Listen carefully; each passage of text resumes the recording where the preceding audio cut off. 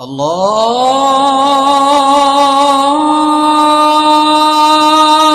أكبر الله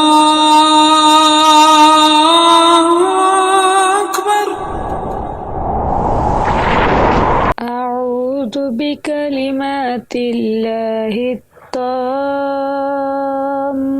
من كل شيطان وهامة ومن كل عين لامة.